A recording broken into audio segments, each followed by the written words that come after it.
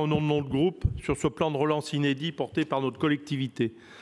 Le rapport que vous nous soumettez aujourd'hui, Monsieur le Président, vient indéniablement tordre le cou de l'idée reçue d'un manque d'impact des politiques publiques sur la vie de nos concitoyens.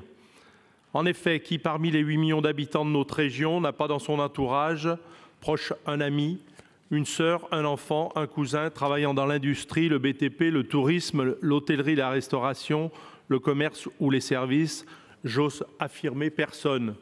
Or, ces secteurs, comme d'autres encore, ont d'ores et déjà bénéficié d'aides d'urgence et seront accompagnés et soutenus dans les prochains mois pour la relance de leur activité. Mais plus encore, comprenant qu'au-delà de l'annonce de ces mesures, ce sont très concrètement des pères et mères de famille, des jeunes, diplômés ou en recherche de contrats d'apprentissage, à qui ces mesures permettront de conserver leur travail, voire d'en obtenir. Je ne vais pas refaire une présentation du rapport de ces mesures qui sont désormais connues de tous. Néanmoins, je voudrais mettre l'accent sur quelques points qui représentent, je pense, pour tous les élus de notre majorité, une grande satisfaction.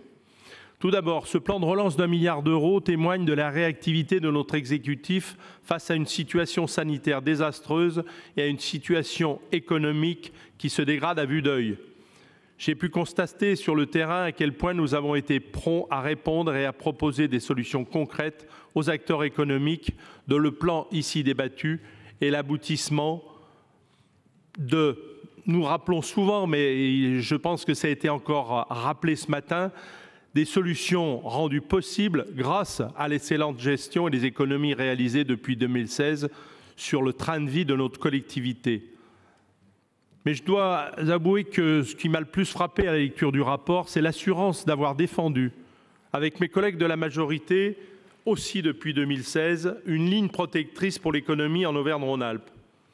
En effet, vous avez certainement entendu depuis plusieurs mois maintenant les débats alimentés par des journalistes, éditorialistes ou hommes politiques de tous bords, appelant à réfléchir à un nouveau modèle de société après la crise sanitaire que nous avons traversée.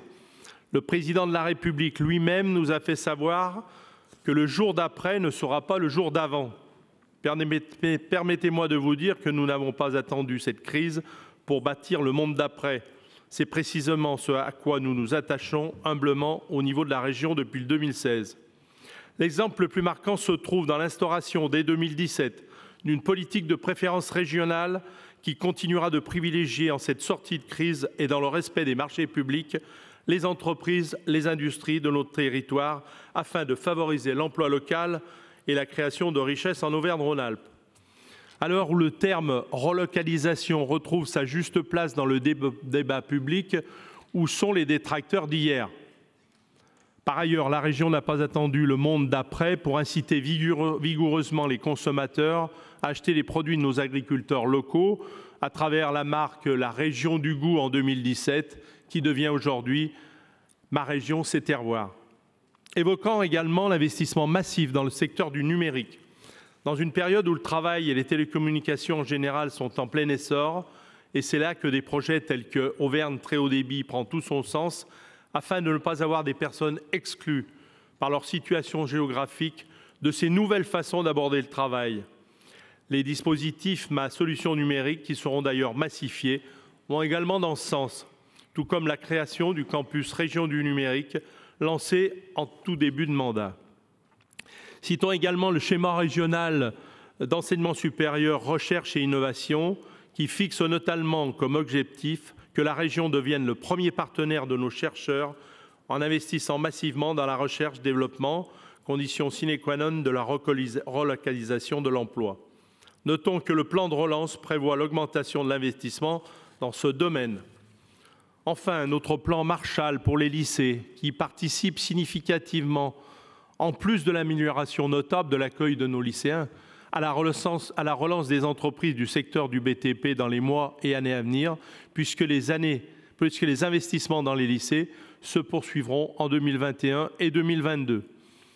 Au-delà de notre gestion désormais reconnue des finances de la région, nous pouvons nous enorgueillir d'avoir maintenu, souvent contre vents et marées, un cap dont nous pouvons mesurer combien la destination choisie était la bonne et nous permet d'être en mesure de faire face à la crise majeure que nous sommes en train de traverser. Je vous remercie.